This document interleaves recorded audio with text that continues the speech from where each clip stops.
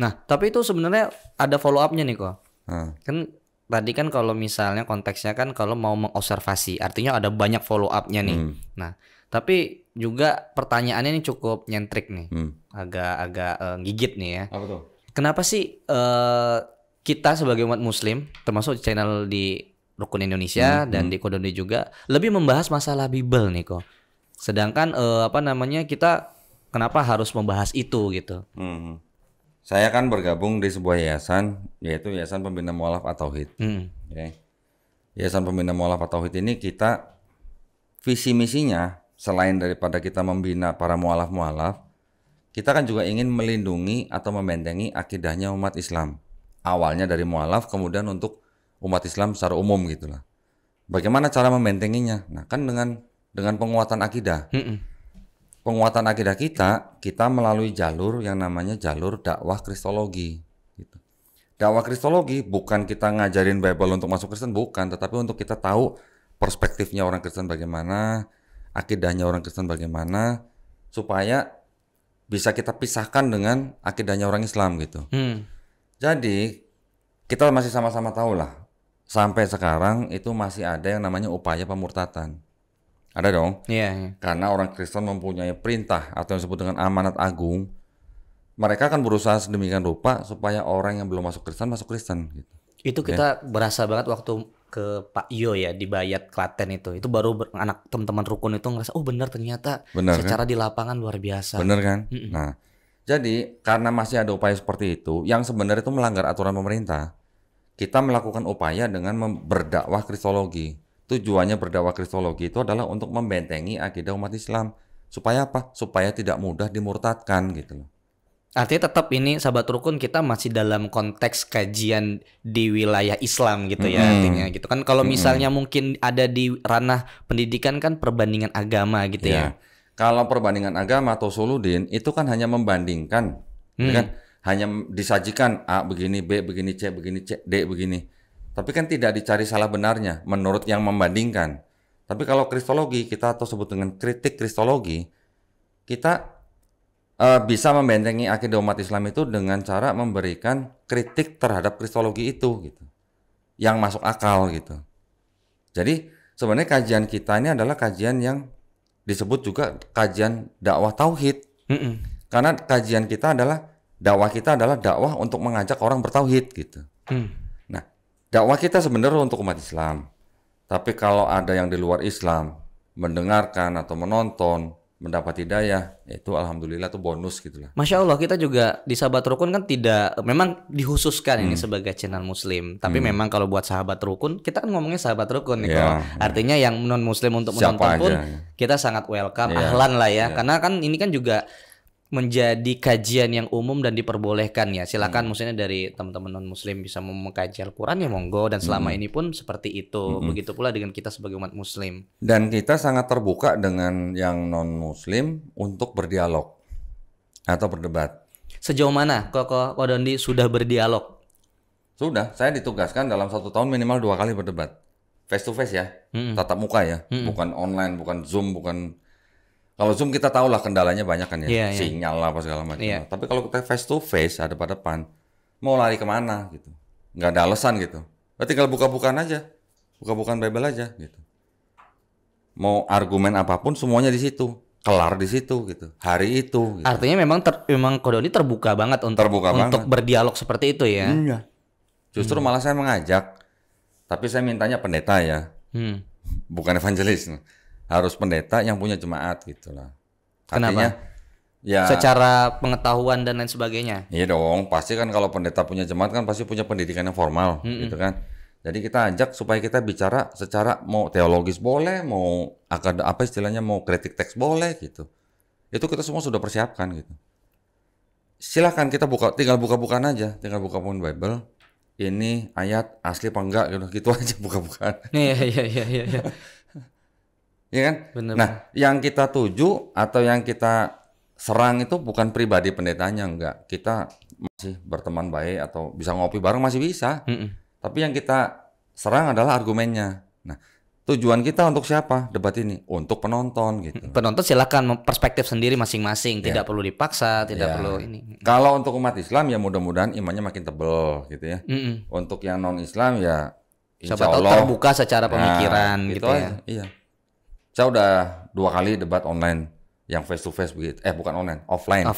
Yang face to face begitu. Dan memang sangat efektif buat kita. Nggak apa-apa, biayanya besar nggak apa-apa. Kita mengeluarkan biaya. Oh, jadi yang mengeluarkan biaya juga dari Gera Mu'alaf tuh? Biasanya awal kita tawarkan sharing. Oke. Ya, masing-masing biayanya tanggung bersama gitu. Tapi kalau ternyata dia mau tapi nggak punya biaya, ya hari kita yang biayain tapi dengan kondisi dan syarat tertentu gitulah. Gitu. Contoh misalnya siar, menayangannya siapa yang punya hak siar gitu. Oh, gitu aja. Oke. Nah, ini merujuk nih kok terhadap kajian. Tapi kan kita kan memang batasan dalam kita mengkaji kan kita tidak boleh menghujat, ya, kita tidak boleh menghakimi ya. Memang secara ini spesialis yang kedua ini bicara lewat teks ya. Di Yayasan Gera Mu'alaf kita juga sebisa mungkin tidak boleh menyerang atau menghujat pribadi dan sesembahan mereka. Itu nggak boleh, dan itu kan juga dilarang di dalam Al-Quran. Iya. Kita sebagai umat muslim dilarang itu. Kita tidak boleh memaki sesembahan orang lain supaya orang itu tidak memaki sesembahan kita tanpa pengetahuan. Gitu. Jadi kita juga tidak boleh menyerang pribadi pendetanya, nggak boleh. Kita harus berteman baik dengan setiap orang gitu, entah apapun latar belakang dan agamanya gitu. Tetapi yang kita harus kedepankan adalah ilmiahnya, gitu. Tidak semerta-merta Bapak ini pagan misalnya, nggak boleh begitu. Yang kita serang adalah ajarannya gitu. Ngerti, paham.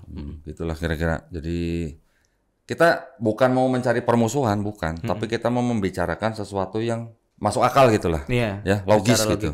Nah. Tapi kalau misalnya ada statement, jangan semua ditafsirkan secara logika dong gitu. Oke, nggak apa-apa.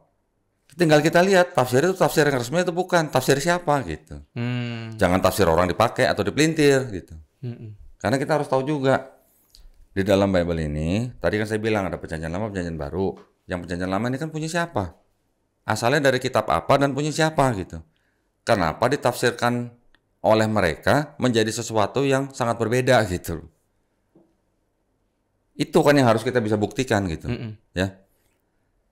Kalau udah jelas bahwa perjanjian lama ini adalah milik orang Yahudi, di mana orang Yahudi ini juga punya tafsir sendiri, punya perspektif sendiri, terus kemudian diterjemahkan ke bahasa Yunani, ada kata-kata yang dirubah, kemudian ditafsirkan ulang oleh mereka, yang dibikin seolah-olah bicara mengenai Yesus di perjanjian baru gitu.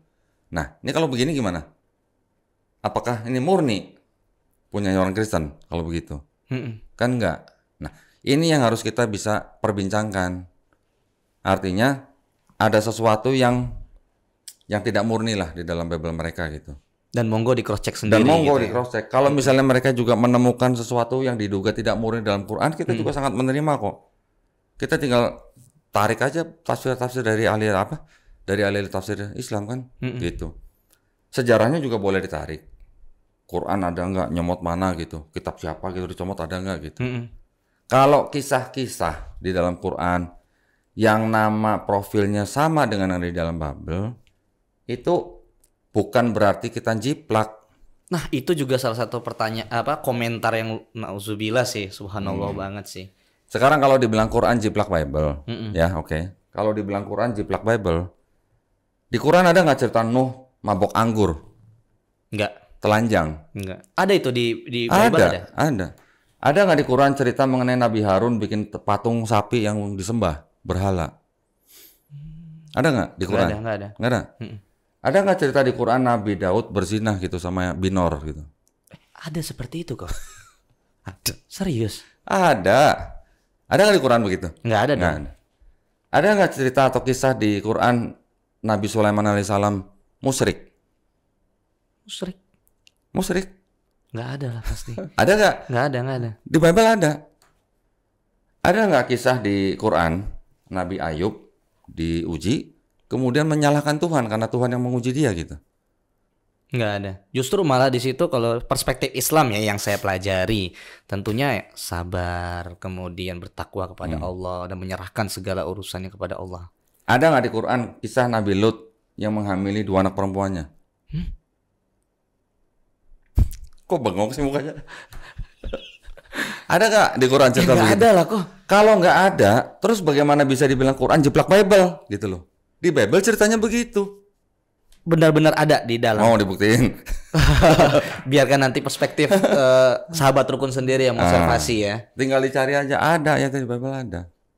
Nah, kalau di Bible ceritanya begitu, di Quran ceritanya nggak begitu, terus dibilang jiplak gitu, hanya karena nama-namanya sama gitu. Al-Quran itu sebenarnya fungsinya 3. Pertama, musodik, membenarkan kitab-kitab yang sudah diturunkan. Tapi kitab-kitab yang sebelumnya diturunkan, apakah ini? Bukan gitu loh. Kitab-kitab yang diturunkan sebelumnya, Taurat, Zabur, Injil, itu adalah wahyu-wahyu yang diturunkan kepada Nabi dan Rasulnya pada zaman untuk Bani Israel pada zaman itu. Iya. Ya kan? Untuk kaumnya. Oke. Membenarkan berarti memang Allah pernah menurunkan wahyu-wahyu itu kepada Nabi dan Rasulnya, ditujukan untuk Bani Israel pada zaman itu gitu.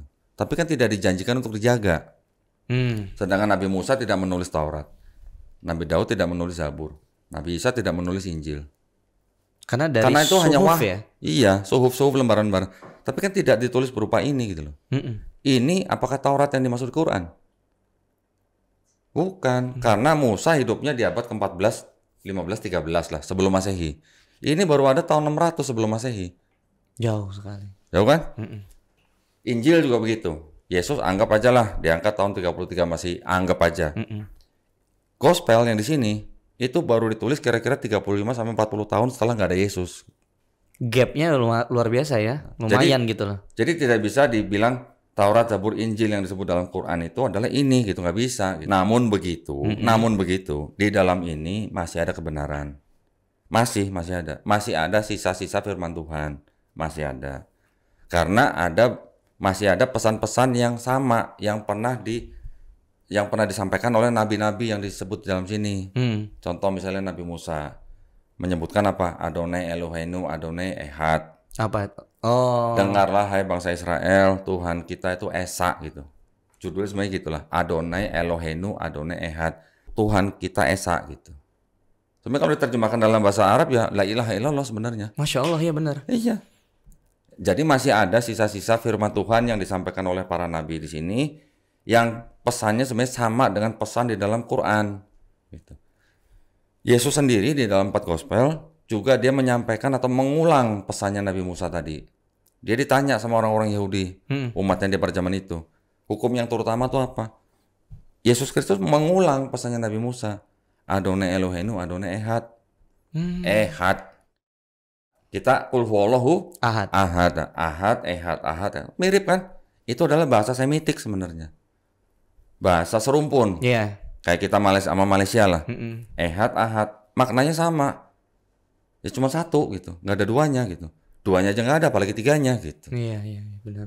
Nah, cuman yang disebut dengan ehad atau dalam bahasa Indonesianya Esa, sama saudara kita yang Kristen kan Esanya nih dipahami Esa yang kesatuan gitu. Bukan satu tapi kesatuan. Bentuknya berarti sifat ya. Jadi ada 3 pribadi tapi satu hakikat gitulah. Jadi tetap dianggap ehad gitu misalnya. Tapi kalau misalnya yang ini juga ada beberapa pertanyaan tuh kok. Ada kata Masya Allah, ada kata Insya Allah di Bible sendiri. Itu merujuk dari bahasa, terjemahan atau bagaimana kok? Atau memang sebenarnya sama seperti yang kita punya gitu, Al-Quran gitu? Gini, dulu pada waktu awal-awal Bible diterjemahkan ke dalam bahasa Melayu, itu ada ada kayak misi tertentu lah. Karena di Indonesia itu kan sudah banyak Muslim, mayoritas Muslim. Jadi Bible yang diterjemahkan ke dalam bahasa Melayu itu juga sebagian diterjemahkan untuk orang-orang Muslim yang berpendidikan gitu. Oh gitu. Kalau untuk orang-orang yang berbahasa Latin atau menggunakan bahasa Latin, maksudnya dengan huruf Latin, mereka menggunakan kata Yesus Kristus. Nggak ada kata Insya Allah, nggak ada kata masjid, nggak ada kata Ka'bah. Tapi kalau untuk orang-orang Islam yang berpendidikan tinggi, mereka ganti kata-kata itu dengan Isa Al-Masih, Insya Allah, masjid, bahkan Ka'bah gitu. Itu ada di Bible? Itu ada di catatan orang yang menerjemahkan Bible. Nah, namanya Klinkert. Orang Belanda yang menerjemahkan Bible ke dalam bahasa Melayu gitu. Itu udah pernah kita kaji sama Profesor Menem Ali itu. Pak Ali punya bukunya. Masya Allah. Saya punya Bible-nya gitu. Ini kayak gini-gini nih, ya, tua-tua nih, yang tua-tua nih. Yang ini ya. Ini tahun 1960-an, 70-an ya. Ya. Ini ada yang tahun berapa nih? Ini 54. Ini di dalamnya ada kata Ka'bah, ada kata masjid, ada kata Insya Allah. Oh gitu. Ya itu yang kemarin sempat kita buka ya. Iya. Ini 1954 nih. Jadi memang kan misinya saudara kita Kristen kan memang ingin mengkristenkan semua orang. Karena misi dari salah satu ayat yang memang menjadi tanggung jawabnya ya. Amanat Agung. Matius 28:19. Karena itu pergilah. Jadikanlah semua bangsa muridku. Muridku itu maksudnya murid Yesus. Baptislah mereka dalam nama Bapa dan Putra dan Roh Kudus. Ternyata ayat itu menurut kalangan Kristen sendiri yang mendalami ilmu kritik teks, ternyata ayat itu adalah ayat sisipan. Oh, itu yang saya baca di ya. Di abad kedua, iya. Abad kedua itu ya kok ya. Di abad kedua. Nah, jadi, itu untuk mengonfirmasi buat sahabat rukun gimana kok? Buka aja Katolik Encyclopedia. Katolik Encyclopedia. Iya. Yang nulis Katolik Encyclopedia loh. Bukan Islamic Encyclopedia loh. Iya. Katolik, dan itu banyak sekali, nggak cuma Katolik Encyclopedia. Saya bisa bukain satu-satu nanti kalau mau ini. Encyclopedia of Religion and Ethics itu juga mengatakan begitu. Kemudian beberapa komentari itu tafsir ya. Itu tafsirnya. Bible, ya. Terus ada lagi Katolik Encyclopedia volume kedua halaman 263 juga begitu. Formula baptis ini dirubah dari nama Yesus Kristus menjadi Bapa dan Putra dan Roh Kudus oleh Gereja Katolik di abad kedua. Itu bisa online aksesnya kok? Bisa, tinggal cari aja Katolik Encyclopedia. Dan ini banyak sekali, kalau mau bacain nggak kelar-kelar ini. Dari International Standard Bible Encyclopedia, bahkan dari Bible sendiri yang New Revised Standard Version juga mengatakan begitu. Dan dari Bible komentari banyak banget. Bahkan ada buku yang kita pernah lihat, Five Gospel. Aduh, gua nggak bawa ya Five Gospel ya. Wah, nggak bawa nih kok. Five Gospel itu berani menyatakan bahwa Matius 28:19 itu tidak mungkin berasal dari Yesus gitu. Karena Yesus tidak membawa institusi. Jadi ya kalau buat teman-teman kita yang Kristen, ayat sisipan, ayat tambahan itu tidak bermasalah, tapi tidak penting. Karena sudah tidak bisa menjawab, akhirnya bilangnya tidak penting. Ya monggo-monggo aja, tapi jangan dalam tanda kutip tuh merayu-rayu orang yang sudah beragama untuk masuk agama mereka gitu loh.